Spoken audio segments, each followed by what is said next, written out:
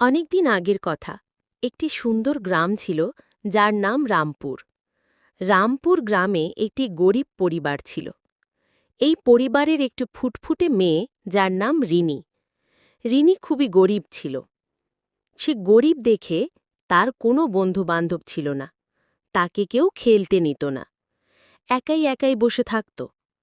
নিজের মনের মতো ঘরে বসে খেলত।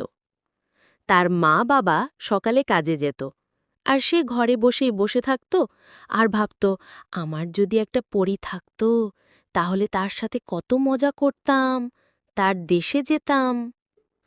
একদিন এক বাজারে দোকানের নিচে একটি বিড়াল শুয়েছিল। সে ক্ষুধায় ঘুমিয়েছিল। ঠিক ওই পাশ থেকে একটি কুকুর আসতেছিল। সে হঠাৎ দেখতে পেল একটি বিড়াল দোকানের নিচে শুয়ে আছে। তাই সে দৌড়ে বিড়ালটার দিকে এগিয়ে ভয় দেখাতে শুরু করল। বিড়ালটি ভয়ে ম্যাও ম্যাও শুরু করে দিল। ঠিক ওই সময় ওই পাশ দিয়ে রিনি দেখতে পেল একটি দুষ্টু কুকুর বিড়ালকে ভয় দেখাচ্ছে। সে দৌড়ে গিয়ে কুকুরকে তাড়াতে লাগল। তাকে দেখে কুকুরটি দিল এক দৌড়, আর বিড়ালটি রিনির কাছে গেল কুকুরের হাত থেকে বাঁচতে। আরে বেচারা বিড়াল, তোর কোনো ভয় নেই। আমি দুষ্টু কুকুরটিকে তাড়িয়ে দিয়েছি। তোমাকে আর কেউ কিচ্ছু করতে পারবে না। তোমার নাম কি গো? হলো ঝিনি। তোমাকে অনেক ধন্যবাদ গো। তুমি না থাকলে আজকে এই দুষ্টু কুকুর আমাকে মেরেই ফেলত। আরে, তোমার নাম আর আমার নামের কত মিল! রিনি আর জিনি। আহ, কি সুন্দর! তোমার অনেক ক্ষুধা লেগেছে না?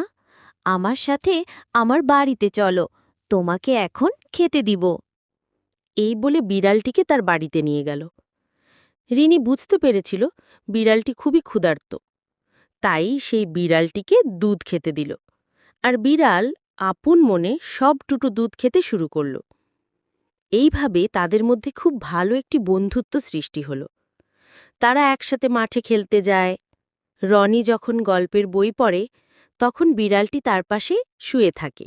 আম পাতা জোড়া জোড়া, মারব চাবুক চড়ব ঘোড়া। ওরে বিবি সরে দাঁড়া, আসছে আমার পাগলা ঘোড়া। পাগলা ঘোড়া খেপেছে, বন্দুক ছুঁড়ে মেরেছে। আর মজার ছলে গল্প শুনতে থাকে। এভাবে কেটে গেল বেশ কয়েকদিন। রিনি, তুমি খুব ভালো মেয়ে।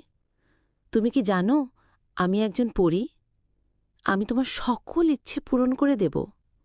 ঠিক তখনই জাদু করে বিড়ালটি পরিণত হলো এক সুন্দর পরীতে। আর এই দৃশ্য দেখে রিনি অবাক হয়ে গেল। পরী আগে থেকে জানত রিনিয়া খুবই গরিব। তাই সে তার জাদু করে রিনিদের ঘরে তাল ডাল সবজি ইত্যাদি দিল।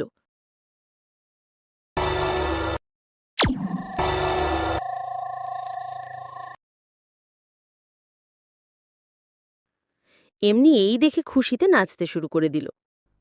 বিড়াল রিনিকে বলতে লাগল, চলো আমি তোমাকে একটি সুন্দর দেশে নিয়ে যাই। এই বলেই তারা দুইজনে অদৃশ্য হয়ে গেল এবং একটি সুন্দর বনে গেল। চারপাশে ফুল, পাখি, প্রজাপতির মেলা।